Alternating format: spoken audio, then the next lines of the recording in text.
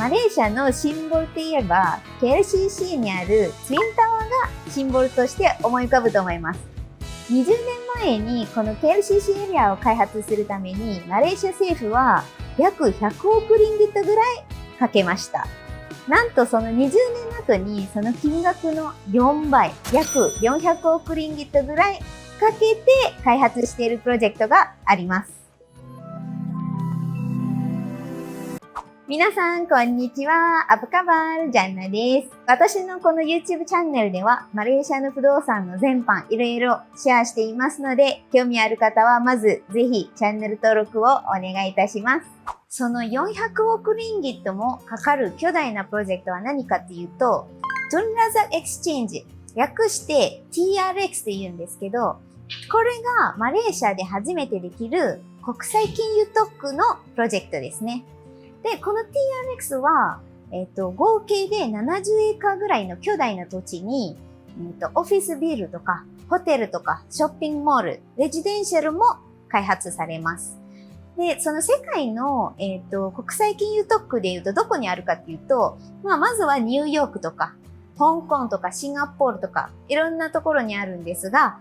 この初めてマレーシアできる金融特区は何が特徴かっていうと、イスラム金融がメインな金融特区ですね。それがこの、マレーシアの一番大きな特徴になります。で、その TRX のロケーションを少し説明したいと思います。で、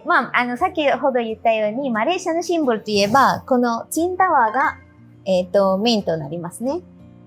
で、あと、一番人気の高級ショッピングモールで言えば、パビリオンショッピングモールですね。で、もう一つ、クアラルンプールのシンボルってなるのが、ケールタワーっていうのがありまして、今までは、このツインタワーとパビリオンショッピングモールがあるエリア、ブキビンタンというエリアと、ケールタワーのこの間が、クアラルンプールのゴールデントライアングルと呼ばれてます。で、これからは、TRX のエリアはここの辺にあるんですけど、この70エーカーぐらいの巨大なプロジェクトができることによって、クアラルンプールの、新しいゴールデントライアングルは、この TRX とツインタワーとケールタワーの間になると言われてます。で、こちらの、マレーシアではいろんな駅の開発とかもされてるんですけど、MRT1 と MRT2 っていう線があるんですが、これで MRT1 と2合わせて68駅ぐらいあるんですが、唯一、この駅が交差できるところがこの TRX にあります。だから TRX に MRT1 も MRT2 もつながってます。で、こちらの TRX は、パビリオンがあるブキビンタンからも全然徒歩距離ではあります。次は、この巨大なプロジェクトに何が入るか見ていきましょうか。で、その TRX の模型がこちらになります。これも実際まだ一部なんですね。これから、これがフェーズ1で、またフェーズ2とかがあるんですけど、この全体の TRX のシンボルとなるのが、こちらの高い建物の The Exchange 106と呼ばれてます。この The Exchange 106は106階あって、高さで言うと492メーターぐらいあります。だからツインタワーのは88階の多分452メーターぐらいありまして、それを超えてます。これは一番マレーシアで高い建物とはなってて、東南アジアでも一番高い建物にはなってます。で、こちらのビルはもうほんと全部オフィスになってます。で、このオフィスのグレードで言うと、もうスーパーグレード A っていうオフィスで、KLCC の今の相場、オフィスの相場に比べるとより高いですね。で、今は、まだ周りが工事されてるんですが、この中に入居をしている会社もあります。約 30% ぐらいもうすでに入居されてるみたいです。で、こちらの、106のタワーがメインとなるシンボルなんですが、その周りにいろんな建物、主にオフィスタワーになります。で、この TRX 全体のプロジェクトの、割合で言うと、もう本当 70% ぐらいがもうビジネスですね。で、その 70% の中に何が入ると、50% はオフィスビルで、その 10% がホテルとか。で、その後の 10% はショッピングモールとかですね。で、残りの 30% は何かというと、レジデンシャルになります。で、こちらの106の下に繋がっているのがショッピングモールですね。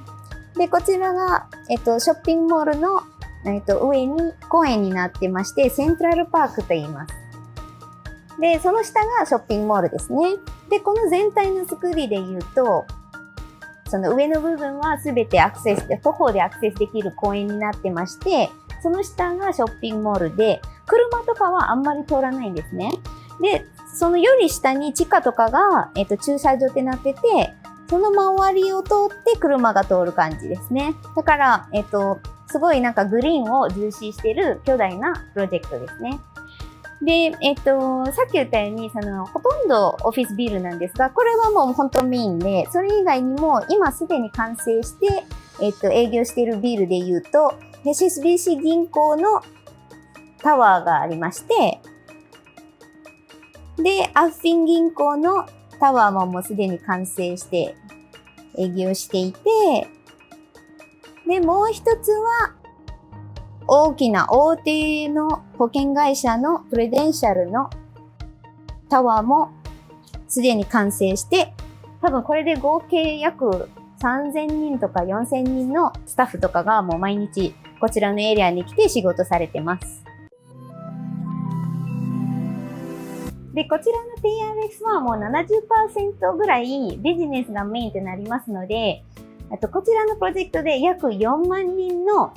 知識技術者の兼用が生まれると見込まれてます。そこで、その人たちはどこに住むかというと、このエリア内で言いますと、さっきの、30% のレジデンシャルしかないですね。ここで注目してほしいのが、その需要と供給ですね。70% のビジネスエリアに対して 30% のみレジデンシャルとなりますので、ここはもう本当投資の大チャンスですね。で、さっきの例えば20年前の KLCC エリアに投資した人は、今多分だいぶ儲かっている方もいると思いますが、KLCC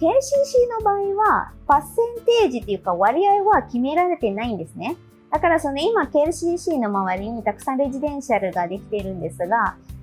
TRX の場合は、もう最初から、もう 50% がオフィスで、10% がホテルで、10% がショッピングモールで、残りの 30% がレジデンシャルっていう、計画になっていますので、このエリアでのレジデンシャルがすごい限られています。だからそれぐらいの兼用が生まれるんであれば、そこはもう入居する人のターゲットマーケットになりますので、もうほんとここ、不動産投資にはすごい注目されている物件ですね。ということで、こちらの TRX のプロジェクトに今投資することによって、これからのコアラルンプール、これからもっと大きくなるコアラルンプールに投資しているって言っても過言ではないと思います。で、今日ご紹介したいのが、もう本当106とそのショッピングモールを越えて、公園を越えて、徒歩すぐにあるこちらの、コアレジデンスっていう物件を今日紹介したいと思います。コアレジデンスっていう物件は、マレーシアの大手不動産会社 WCT ブルハッと、中国の大手建築会社 CCCG っていう会社が開発しています。で、こちらがそのコアレジデンスの模型となりますが、この下の部分は駐車場となっておりまして、タワーで言うと3タワーありますが、こちらのタワーはホテルのタワーとなりまして、真ん中のタワーがタワー1、で、こちらのタワーがタワー2で、レジデンスはタワー1とタワー2のみですね。で、タワー1は50階建てで、タワー2が44階建てですね。で、こちらの、ホテルは40階建てです。で、ここの建物の7階には、こういうなんかグリーンがいっぱいあるガーデンズがありまして、で、こちら右側にはホテルの共有施設、プールとかジムがありますが、レジデンスの場合は、タワー1の50階の上にあるスカイプールとスカイジムを利用することになります。で、こちらは、いろんな間取りとかサイズがあるんですが、すでにもう 50% 以上売れてます。だから、残ってる部屋はちょっと限られてますね。やっぱりいい物件は早く売っちゃいますので、ちょっと数は限られてます。で、このグリーンの話で言うと、さっきのその巨大なプロジェクトで、皆さん多分なんか住みにくいエリアだなとか、建物がいっぱいで、車がいっぱいで、ちょっと混雑するようなエリアっていうイメージが浮かぶかもしれませんが、この TRS 絶対とか、この物件自体も、すごいグリーンを重視している、開発となりまして、こちらの、ここで見ればわかると思いますが、もうこちらの物件は巨大なプロジェクトの真ん中にあると影、にあっても、そのグリーンビルディングインデックスではゴールドを取得してたり、そのリードっていうのもセティファイされています。だからもうなんかすごい環境にいい開発にはなってます。こちらの物件は全体の部屋数は580ユニットあります。今は建築中で、まだ 25% ぐらい進んでいるんですが、ってことは、今、未完成の物件なので請求も 25% しかまだ請求されてなくて、その完成にかけて少しずつ請求されています。完成予定は2023年の初めの頃に完成する予定ですね。だからそれまでにかけてお支払いを少しずつする感じです。こちらは比較する画面となりますが、クアレジデンスの金額はいくらかというと、単価、マレーシアではよく単価で見ますが、スクエアフィートあたりの金額が1900リンギットぐらいですね。たくさんもうランチしてから結構たくさんの方々が、投資家が買ってますので、なぜそんなに早く売れたかというと、さっき最初に説明したのが、その、国際金融特区って世界中にいろんなところがありますので、そこにもうすでに投資している方々が、その価値がもう分かってるっていうことですね。で、例えば、香港の、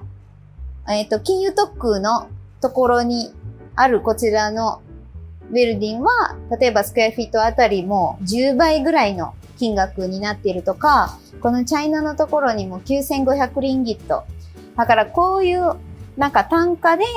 そのシンガポールのとかニューヨークとかももう8500とか7600で、もうすでに4倍から6倍しているので、こちらの価値がもう分かっている投資家の方々は、もうこちらのプロジェクトがもうランチされた時点で結構、もう投資されてました。では、こういう比較すると、なんか、そのマレーシアの金融特区はこれからできる、これから成長する、あと何年かかかって、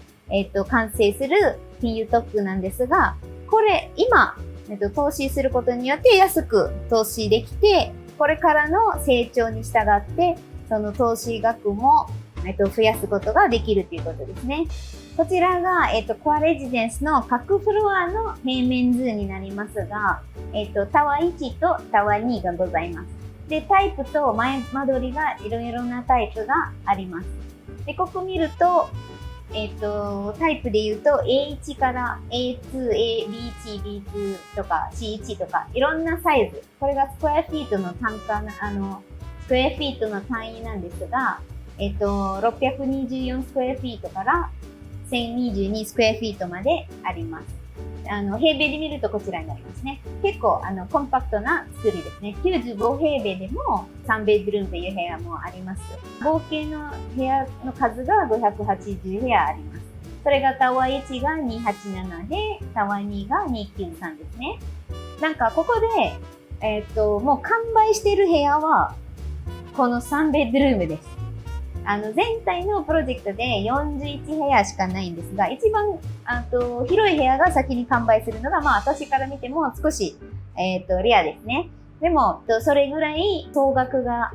海外の投資家からすると安くて、一番珍しい部屋から消えていくではないかと思います。なんていう家族で住まれる方々をターゲットする投資のパターンだったら、こちらが、魅力に感じるかもしれませんが、一人暮らしの人をターゲットしている投資の仕方とか、エントリープライスを低くしたいという方は、このワンベッドルームも全然、案件としては魅力的ではあります。これが一番、部屋数が多いんですかね。これから、ショールームでも2パターンぐらいお見せしたいと思います。今からショールーム一緒に見に行きましょう。で、この物件のロビーに、この顔認証の、なんか今、フェールに出てるんですけど、顔認証で、カードとか、ピンコードとか使わずに、例えば、両手で荷物を持つ場合でも顔を指して、今私の顔登録されてないのでフェルになってるんですけど、これでドアが入れるようになります。まあちょっと最先端の技術を使っているということですね。で、こちらが部屋と部屋の間の廊下の実際のサイズで結構広く作られてます。ショールームが2パターンあります。まず、一番小さい間取りから見に行きましょうか。こちらはタイプ A1 で58平米ぐらいのサイズで1ベッドルームで1バスルームっていう部屋ですね。なんかこちらの件のドアはこの電子ロックを使ってます。だから指紋でも入れるし、パスワードでも入れるし、アクセスカードでも入れるし、鍵でも入れます。で、こちらにパネルがあるんですが、お客様が来るときに確認したり、下のコンサージに電話したり、なんかいろいろな機能があるインターコムパネルがついています。で、物件自体はパリフィニッシュって言って、キッチン周りとかカビネットとかはついてますが、それ以外の家具はついてません。でも、例えばタイルはもうタイルでこのままで、カビネットもこんな感じのキッチンキャビネットで、キッチンもこのテカーっていうブランドの冷蔵庫と電子レンジと、洗濯機と乾燥機ですね。で、こちらも全部テカーっていうブランドです。で、このキャビネットも、このアイランドもそのままついてます。で、こちらのシューズカビネットとかも入ってます。で、こちらのリビングは、まあ広さ感覚で見ていただければと思います。で、家具とかは、まあ、家具付きのプランとかも提供しているんですが、物件の金額自体は、内装は入ってません。追加するオプションで追加することは可能です。で、もうほんとシンプルな間取りで、リビング、キッチン、で、ベッドルームがあります。で、リビングはタイルなんですが、こちらは部屋はフローリングですね。窓もダブルグレースっていう窓で、あまり外の音が入ってこない窓ですね。で、こちらのウォードローブとかもついてます。で、トイレも、このカビネットも入ってて、まあ上までタイルで、壁がタイルで作ってあって、なんか便座も浮いてて、あ、ここ珍しいのがコンセントがあります。だからご自身でウォシュレットをつけることが可能です。結構いいポイントですね、それは。で、あとはもうトイレはだいたいこの状態でついてきます。で、次の2ベッドルーム見に行きましょうか。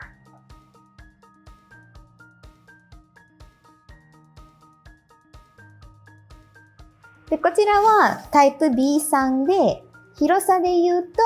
86平米ぐらいあります。で、2+1 ベッドルームですね。で、バスルームが2つです。こちらの物件は全部屋駐車場1台はついてます。で、2ベッドルーム以上の場合はお風呂もあります。見に行きましょうか。で、こちらは基本的に先ほどの部屋と、同じですが、2ベッドルーム以上になると、例えば冷蔵庫がもっと大きくなったり、電子レンジがオーブン付き電子レンジになったり、あと洗濯機ドライヤーは一緒ですね。あとこちらがなんか、もっと大きくなったりするぐらいですね。カビネットの、素材とかも全部一緒ですね。で、こちらの間取りは、アイランドキッチンがなくてダイニングですね。リビングがありまして、で、こちら側にマスターがあります。で、マスターは基本的にさっきと一緒で、ウォードローブもついてて、こちら大きい部屋なので、こんな大きなバスターブがついてます。で、あとは一緒ですね。この鏡もついてます。この照明付き鏡欲しいですね。で、反対側にセカンドベッドルームがあります。で、セカンドベッドルームの広さですね。こちらもウォードローブついてて、こちらのセカンドベッドルームのトイレはゲスト用トイレにもなりますので、こちらのプラス1の部分につながってます。で、こちらプラス1の部分ですね。詳細にできるエリアにはなります。なんか最近、なんかコロナの時代では、ホームオフィスっていうのが、その重要性がみんななんか気づいてきてて、コンパクトな家より、なんか少し、ワークルームっていうか、書斎があって仕事できるスペースも欲しいっていうリクエストがたくさん、増えています。前はなんか、家は寝ると、なんかご飯食べて寝るところだけなんですが、今の時代はなんか家でずっと仕事する可能性があるってみんな気づき始めて、なんかリクエストが変わってきてますね。あとさっきの3ベッドルームがたくさん売れてる理由も、その一つですね。これからはなんかもっとスペースが広い家がいいとかっていうリクエストが増えてると思います。あとはそのショッピングモールとつながって、ちょっとエクストラのスペースがあってっていうのが、流行りの条件になると思います。